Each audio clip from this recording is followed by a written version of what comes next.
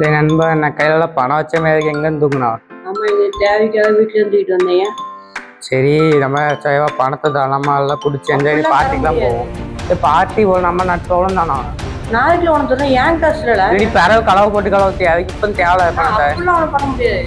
நம்ம நட்பவளும் தானா? ஆமா, அவ்வளவுதான். நல்லா பேசிக்கிட்டே இருக்கோம்.